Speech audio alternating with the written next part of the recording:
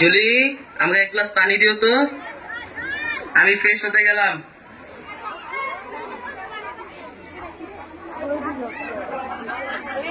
Washroom থেকে আসলাম, Julie এখনো পানি দিল না, কি হলো বুঝলাম না। জুলি কি করছে? জুলি কি বাসায় নেই নাকি?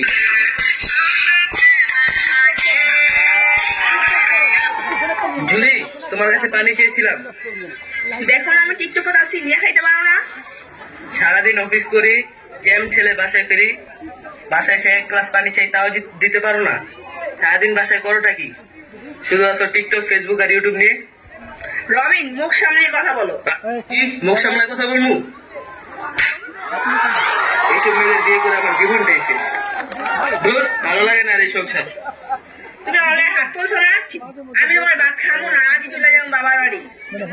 জুলি, মাথা ঠান্ডা করো প্লিজ, এমন করো না। একজন পুরুষ কত কষ্ট করে বাসায় কাজ করে ফিরে, এটা তুমি বুঝো? আমার বোঝার দরকার নাই, আমার তো ভালো পাইলে তারাই নালো। ধুর, ঘরেই থাকবো।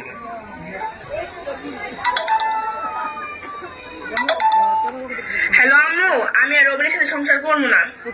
ও আজ আমার গায়ে হাত তুলছে। কি কস তুই? তোর গায়ে হাত তুলছে? চললাই তোর কি বাতরে বাবা বিয়া দিছি?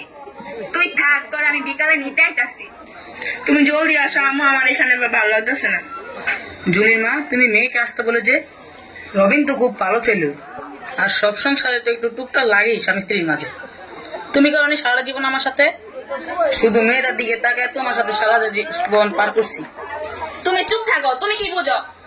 সারা জীবন তো চুপ হয়ে থাকলাম, হইলেই তো বাপ মার লিয়ে এসি কে মাইয়া দিতাছ।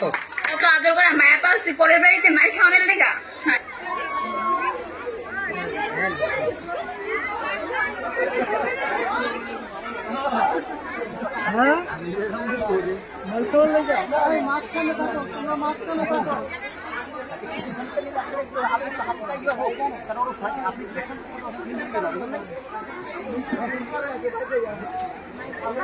কোথা থেকে এলেন? আর জুলেরই বা মনটা খারাপ দেখা যাচ্ছে যে, কোনো সমস্যা নাকি? স্যার, মাইয়ার লইয়া এলাম, রবিনের ভাত আর খাওয়াবো না। এই তো সেদিন ওদের বিয়ার দাওয়াত খাইলাম, এর মাঝে আমার এত তাড়াতাড়ি ডিভোর্স, বিষয়টা কি ঠিক হলো? বাচ্চা হওয়ার আগে ডিভোর্স করেন, ফলোইং নেই ভালো। আচ্ছা, আপনারা দাঁড়ান, আমি রবিনকে ফোন দিচ্ছি। সবার সাথে কথা বললে কি সমস্যা হয়েছে সেটা আলোচনা করলেই সমস্যাটা সমাধান করতে পারবো। হ্যালো রবিন, তুমি আজকে বিকেলবেলা আবার বাসায় একটু আইসো তো। ওই রাস্তার মধ্যে তোমার শ্বশুর শাশুড়ির সাথে দেখা হয়েছিল, কি একটা সমস্যা নাকি হয়েছে। আজকে বিকেল আমার বাসায় 3টা বাজে আসবে, আমি বিষয়টা শুনবো এবং সমাধান করার চেষ্টা করবো। হ্যাঁ স্যার, ঠিকই গেছি। জুলি বাপ, তুমি চুপ থাকো। জুলির আম্মু মনে হয় একটু বেশি বোঝে, এত বেশি বোঝা ভালো না।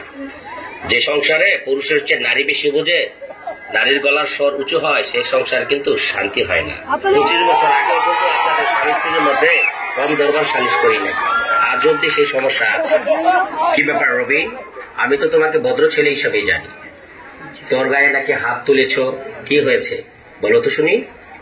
স্যার, সারাদিন পরিশ্রম করে বাসায় আসি, বাসায় এসে দেখি Facebook, YouTube, Messenger reading a ব্যস্ত থাকে। কোনো কিছু কইলে কোনো কাজ করতে চায় না, নিজের মতো থাকে। আমি বুঝতে পেরেছি বিষয়টা। শুনেন জুলির মা, বাংলাদেশের প্রতিটা সংসারের মধ্যেই স্বামী স্ত্রীর মন মালিন্য হয়, তবে মেয়েকে ছোটবেলা থেকে সেইভাবে নৈতিকভাবে শিক্ষা দিয়ে বড় করে তুলতে হয়। নইলে মেয়ে যখন পরের বাসায় যায় তখন তারা কোন রকম কাজকর্ম করতে চায় না এবং সংসারের মধ্যে সবসময় অশান্তি লেগেই থাকে। আর আমার শাশুড়ি সব বিষয়ে সবকিছুতে আমার সংসারে হস্তক্ষেপ করে, এতে আমার সংসারটা সুখী হয় না। সকালে বিকালে রাত্রে ঘন্টায় ঘন্টায় খালি ফোন দেয়, সবসময় কুবুদ্ধি দেয়, মেয়েরে শাসন করে না। কিন্তু এদিক দিয়ে আবার আমার শ্বশুর অনেক ভালো মানুষ। জুলির মা, মেয়ে বিয়ে দিছ, পরের বাড়িতে গেছে, মেয়ের ওদের মতো ওদের সংসারটা করতে দাও। সব ব্যাপারে মেয়ের স্বামী স্ত্রীর ব্যাপারে ইন্টারফেয়ার করা ঠিক না। এত করে মেয়ের শান্তির বদলে অশান্তি কিন্তু হয়। ডিভোর্স কোনো স্বামী স্ত্রীর মধ্যে সমাধান না, ডিভোর্স অত্যন্ত নিন্দনীয় কাজ।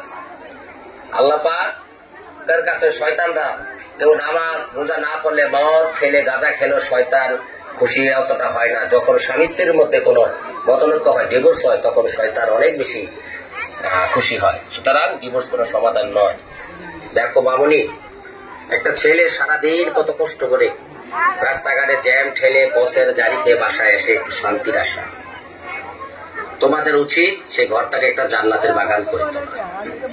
স্বামী যখন ঘরে আসবে তখন উচিত হবে প্রথমে তাকে এক গ্লাস পানি দেওয়া এবং তার সাথে হাসি মুখে কথা বলা এবং তার প্রয়োজনের দিকে খেয়াল রাখা। কখনোই স্বামীর সাথে উঁচু গলায় কথা বলবে না, তার উপরে কখনোই মেজাজ দেখাতে যাবে না, তাহলে সংসারে শান্তির বদলে অশান্তি বেশি আসে।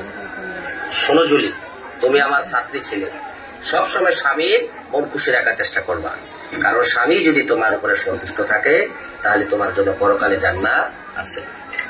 ও আম্মু, স্যার তো ঠিকই বলছে, আমি আমার বুঝতে পারছি। তুমি আমার ব্যাপারে খুব বুদ্ধি দিতে এসো না, আমার সংসারটা আমার মতো করতে দাও। রবিন, তুমি আমাকে ক্ষমা করো, আমি আর সবসময় মোবাইল নিয়ে ব্যস্ত থাকবো না। বলো তো, ক্ষমা করছো? বাবাজি, মায়ের আমার ছোট পোলাবাইন মানুষ, ক্ষমা করে দাও। আচ্ছা ঠিক আছে আব্বা। আমি আমার ভুল বুঝতে পারছি, তাদের সংসারে আমার নাক গলানো ঠিক হয়নি। যাক মা, তুই রবিনের সাথে সবসময় ভালো আচরণ করবি, আমি এখন থেকে তোর বাবার সাথে ভালো ব্যবহার করবো। চলো বাবা রবিন, তুমি আজকে আমাদের বাসায় থাকবে। তুমি হাঁসের মাংস পছন্দ করো, আজকে রান্না